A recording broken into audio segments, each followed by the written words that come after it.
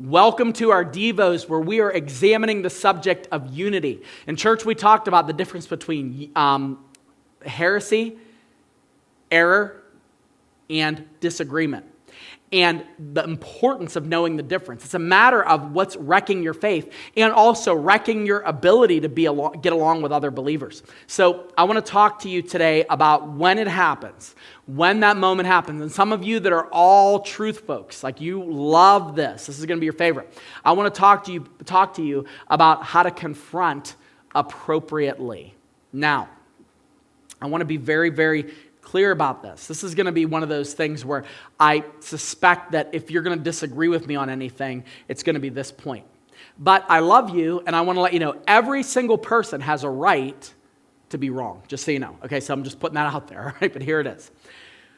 One of the things that happens as a result of knowing the Bible and understanding the Bible and getting closer to God is this desire for righteousness, which it comes naturally. Like you should have that desire. You should aim to get to know God more and mature and be a different version of yourself than you were yesterday as a result of the transforming power of the indwelling Holy Spirit within you. You should. I'm with you, all right?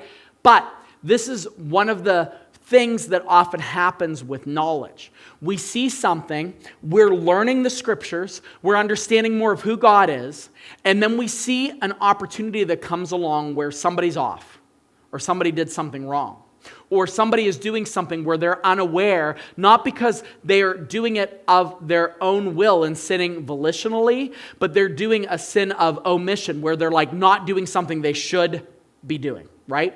And then the opportunity comes as, should I confront this person? I should confront this person, right? What should happen here?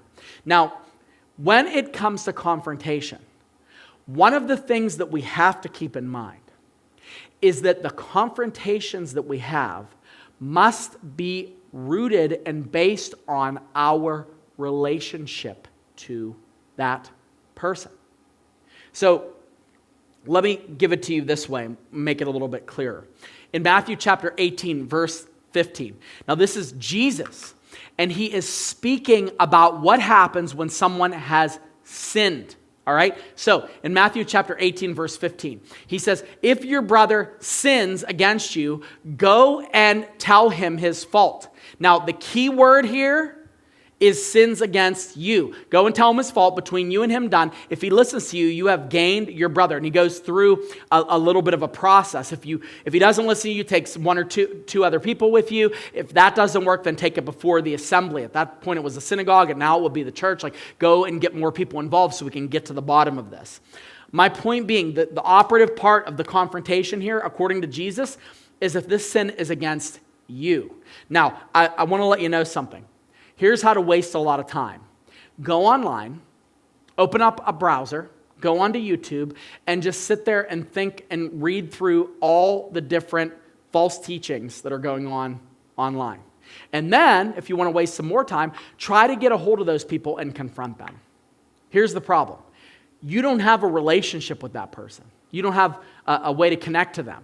And so, it's not a sin against you. Now, this is a specific transgression against you. It's going to happen. Somebody's going to hurt you. Somebody's going to say the wrong thing. Somebody's going to be doing something and behaving wrong. And if you see that sin, it talks about this in Galatians. There's another passage in James where it talks about restoration and doing things in a gentle manner, confrontation in a gentle manner. So it's all about the relationship. Does that mean that we can't speak? And this is where it's going to get a little bit subjective. Because you're like, okay, so what does that mean? If somebody's teaching something that's off, we can't confront it? No, that's not what I'm saying. What I'm saying is when you approach confronting an individual, you have to really examine what the relationship with that person is like.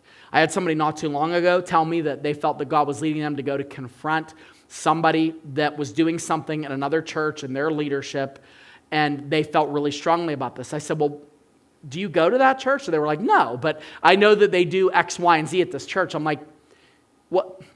What are you, what's your role in that church? What is it that you're doing? Now, it wasn't an issue of they weren't preaching the gospel. It wasn't an issue of that. It was an issue that this person had a problem. And so my thought was the relationship. What relationship do you have with this person, and what is causing you to want to confront them? Sometimes you want to confront someone because you like confrontation. Refer to what I said yesterday about your heart. Refer to what I said yesterday about my own heart. There are times when I'm having a problem with someone and something that they've done to me, and I'm like, this is a you problem. This isn't them. This is you. You have to figure this out. Why are you so upset about this? Why is this bothering you so much? There's something going on with you, meaning me. There's something going on with me, Sam, in this situation. So when you confront someone, your goal in that confrontation is restoration. That's what the goal is. You want to see them restored to the Lord. You want to see them connected again to you. That's the goal. It's not because God has hired you to be his watchdog. He doesn't need our help, okay? He's doing okay. Like, he's not calling, oh, Sam, I hope you speak and do this stuff because all these people, they're doing really bad things. Remember, he is God. And if God calls you to speak up, you have to follow the way that Jesus would have spoken up. You see Jesus confronting what? He confronts religious people. He goes after the sins of people that are saying that they are proclaiming righteousness. He doesn't go after people individually that you see when it comes to their individual sins. What I mean by that is, of course, he's dealing with sin. Of course, he's talking against sin. But look at how gentle he handles people that are caught up in sin versus how aggressively he is when he's dealing with religious leaders that are hypocritical. Look at the contrast there. Of course, he's dealing with sin. Of course, he's perfect. Of course, he's holy. And he deals with it uprightly. But look at how much stronger he speaks against those that are in religious authority and the attitudes of their heart. Pay attention to that. Because we have to confront, sure, but we have to do so appropriately.